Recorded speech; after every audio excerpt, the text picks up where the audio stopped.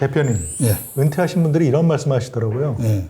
은퇴 이후에 예. 경제적 문제도 고민이 되지만 예. 배우자하고 자꾸만 트러블이 생겨가지고 힘들다 그러더라고요. 이 문제에 대해서 뾰족한 해법이 있을까요? 제가 그 작년 12월에 그 KBS 아침마당에서 토크쇼가 있는데요. 뭐냐면 은퇴한 남편과 그 아내 사이의 그 부부 갈등 문제를 다루는 그런 토크였는데 거기 이제 MC가 질문하시는 거예요. 은퇴한 남편이 낮에 집에 있으면은 남편도 아내도 불편하십니까? 이렇게 질문했는데요. 대부분의 분들이 불편하다고 대답을 하더라고요. 왜 아내가 예. 은퇴한 남편을 불편하게 여길까요?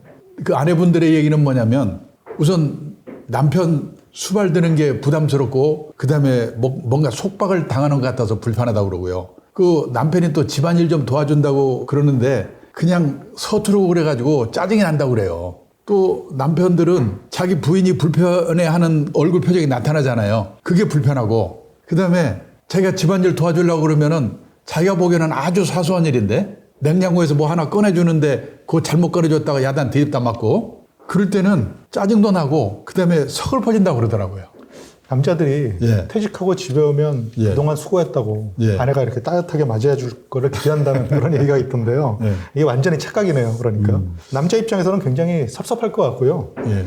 그럼 그 강 대표님께서 예. 노후의 부부관계에 대해서 어떤 뭐 해법을 가지고 계신지 그걸 들어보고 싶습니다. 그러니까 해법이라기보다는 이제 경험담을 제가 얘기를 하는 건데 저는 그때 이제 저도 이렇게 피켓을 들거든요.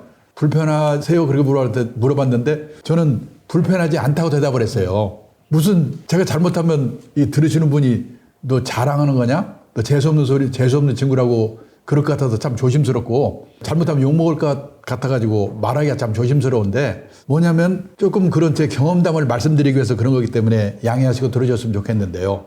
우리 집 부부 사이가 좋아서 제가 불편하지 않았던 게 아니고 뭐 우리 집도 뭐 피 떼낼 때는 피 떼내고 다 똑같거든요. 근데 왜 그런가 하고 제가 생각해 봤는데 낮에 집에 있는 시간이 많지 않기 때문에 그런 거예요.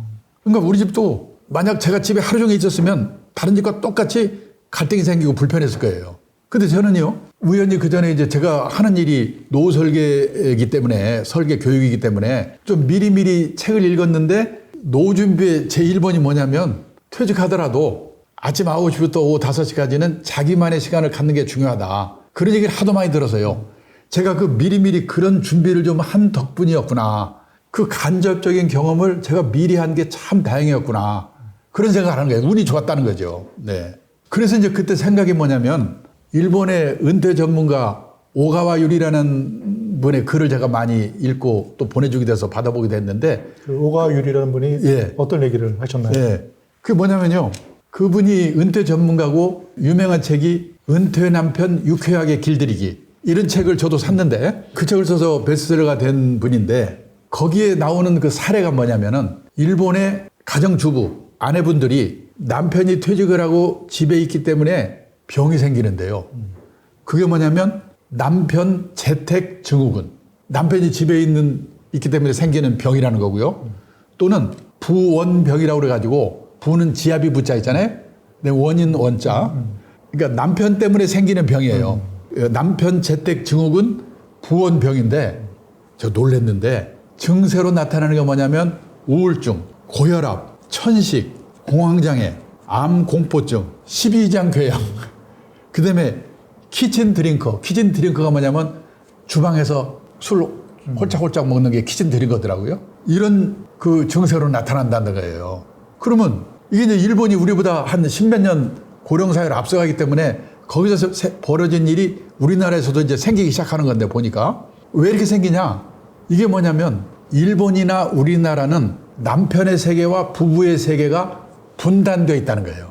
그러니까 한 퇴직하기 전까지는 한 뭐 20년, 30년 그동안은 남편은 직장인간으로 밖으로 계속 돌고 아내들은 전업주부로 집에서 있고 그러니까 이제 그 아내분들은 뭐냐면은 애들 학교 가고 남편 출근하고 집에서 자기만의 세계가 있는 거예요.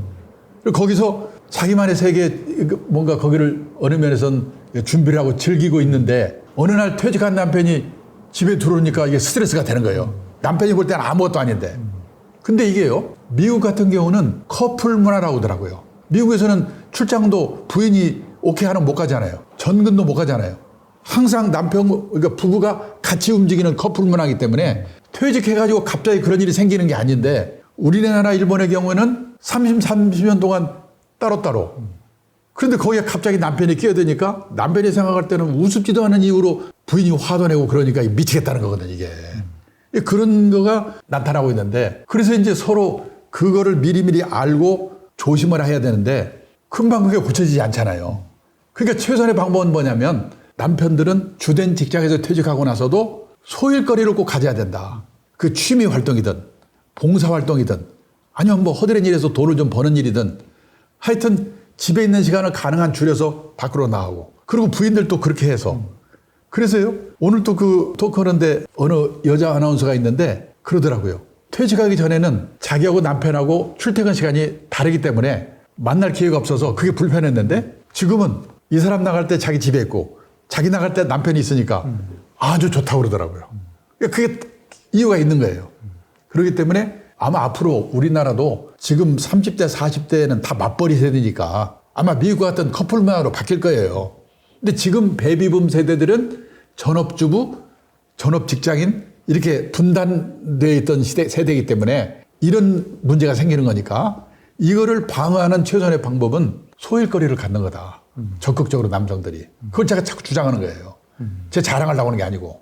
그러니까 한마디로 퇴직 후에 부부 갈등을 줄이려면은 남자는 낮에 집에 있으면 안 되는 거네요. 근데 매우 간단하면서도 근데 굉장히 효과적일 것 같다는 생각도 들거든요. 그러니까 그거는 꼭 부부 사이 때문에 문제가 아니고 남자 자신의 문제이기도 해요. 왜냐면은 직장에서 이제 퇴직을 하게 되면은 상실감, 고립감, 그래 우울증 걸리고 그러거든요. 자기 자신을 위해서라도 뭔가 이 몰두할 수 있는 일 하나를 준비하는 게 필요하다. 근데 그거는 퇴직하고 나서 하루아침에 되는 게 아니거든요. 그래서 저는 그걸 뭐라고 하냐면 간접 경험이라고 하는데 저는 그러니까 옛날에 아주 운이 좋게 우연히 간접 경험을 했던 거가 지금 생각해 보니까 큰 도움이 되는 거예요. 그 나이가 들면은 소일거리라도 가져야 된다 이런 말씀을 여러 번 하셨었는데요. 혹시 지금 말씀하신 그런 생각을 갖게 만든 그런 계기가 있었는지요? 계기가 있었죠. 우선 첫째가요. 1975년인데 제가 입사 3년 차 되던 해인데요. 우연히 일본의 동경증권거래소라는 데로 연수를 가게 됐어요. 근데 그때 일본의 전체 인구 중에서 65세 이상 노인 비율이 8%였거든요. 지금 우리나라 65세 이상 노인 비율이 16%예요. 그러니까 지금부터 40몇 년 전에 일본의 노인 비율이 지금 우리나라보다도 훨씬 낮을 때였는데 지금 생각해 보니까 그때 일본의 노인들은 퇴직하고 나서도 뭔가 일을 하는 생각들을 많이 하고 있었구나. 제가 동경증권거래소 지하에 그 주식이나 채권을 보관하는 창고가 있는데 그 앞을 견학하는데요. 머리가 허연 70은 넘었을 것 같은 노인들이 100명 정도 앉아가지고 주식을 세고 있더라고요. 저 놀래가지고 안내하는 분한테 물어봤어요. 저분들 옛날에 뭐 하던 분들입니까? 아, 옛날에는요. 회사 간부도 했고요. 공무원 했던 분들도 있고요. 그러는 거예요. 그러면 얼마씩이나 받아요? 그랬더니 1시간에 500엔 정도 받는다고 하더라고요. 우리 돈으로 지금 5,000원에서 6,000원 정도. 그 정도 받고 일을 한다고 그래요. 끝나고 제 숙소가 비즈니스 호텔인데 거기를 가보니까 5시가 되니까 인류 호텔이 아니라서 그런지 모르겠지만은 젊은 아가씨들이 퇴근을 하고 할아버지들이 밤땅본으로 교대를 하는 거예요. 제가 그걸 보고 아, 이거 보통 문제가 아니구나. 나도 좀 저런 준비를 해야 되겠구나. 제가 그때 그런 그 간접적인 경험을 한 거예요. 시간당 5,000원, 6,000원 정도. 이게 굉장히 그 허드렛일 비슷한 것인데 왕년에 한 자리 하시던 분이 이렇게 자기를 낮춰서 취직한다는 게 쉽지 않은 일이잖아요. 40년 전에 이렇게 일본의 노인들이 일을 하는 걸 보시면서 무엇을 느끼셨는지요? 아, 뭐냐면은 나이가 들더라도 뭔가 소일거리가 있어야 되는구나. 근데 나이가 들어서 소일거리라고 하는 거는 이 폼나고 권한 있는 일이 주어지는 게 아니기 때문에 그런 일은 젊은 후배들한테 주고 후배들이 하려고 하지 않는 일 또는 할 수 없는 일 뭔가 그런 일을 해야 되는 거구나. 그러려면은 여러 가지 체면을 내려놓는 거라든지 미리미리 준비를 하는 거라든지 필요하겠구나 그런 생각을 제가 그때 간접 경험을 한 건데 그래서 저는 그때부터 뭐냐면 높은 자리에 올라가는 거 연봉을 많이 받는 것보다는 의식적으로 내가 오래오래 할 수 있는 게 뭘까. 그러려면은 인적 자본 투자 같은 걸 많이 해가지고 내가 끊임없이 그 생각을 해야 되겠구나. 그게 하게 된 계기가 된 거예요. 그러니까 나이가 들면 예. 틈나는 일보다는 예. 뒤에서 이렇게 돕는 일을 해야 된다. 그런 그렇죠. 말씀이시네요. 네. 앞에서 그 노후 일거리가 필요하다는 걸 느끼신 두 번째 계기가 예. 있으셨다. 이렇게 말씀하셨는데 그 두 번째는 그럼 뭡니까? 그 두 번째 계기는 뭐냐면요. 우리나라는 베이비붐 세대가 1955년부터 시작되잖아요. 대개 전쟁이 끝나고 우리가 1953년도에 휴전이 됐기 때문에 52년 후 55년부터 베이비붐 세대거든요. 근데 일본은 1945년에 전쟁이 끝나고 2년 후 47년생. 1947년, 제가 1947년생이거든요. 거기는 정년 60세니까 은퇴가 시작이 되는데 그 직전 한 3년 정도 전부터 은퇴 준비에 대한 책들이 많이 나오더라고요. 근데 그때 제가 이제 그 책들을 다 사가지고 읽었는데 거기에 그 여러 가지 얘기가 나오는 중에 하나가 뭐냐면 퇴직 후에 3대 불안이 돈과 건강, 외로움인데 그 3대 불안을 해소하는 최선의 방법이 뭐냐면 일이다. 돈이 되는 일이든 자원봉사 활동이든 또는 취미 활동이든 그래야지 그 3대 불안을 해소할 수가 있고 부부간의 사이도 좋아진다. 그런 거를 많이 강조했어요. 그것도 간접적인 경험이죠. 네. 그래서 그때부터 저는 나중에 부부 사이를 좋게 하기 위해서라도 뭘 하면 될까? 그 생각을 몇 년 전부터 이렇게 했던 거가 지금 생각해보니까 저한테 큰 도움이 되는 거예요. 강 대표님께서는 예. 오래전에 예. 일본에서의 그 두 가지 간접 예. 경험을 통해서 예. 퇴직 후에도 일해야 한다는 거를 깨닫고 그걸 실천하신 예. 거네요. 네. 그래서 저는 70대 중반 나이가 돼서 이렇게 생각을 해보니까 젊은 시절에 이런 간접적인 경험을 한 게 나는 참 운이 좋았구나. 참 도움이 됐구나.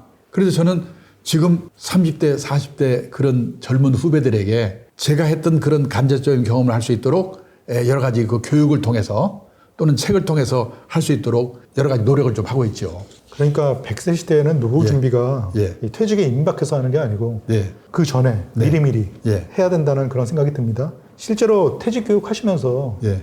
요즘 그 직장인들이 네.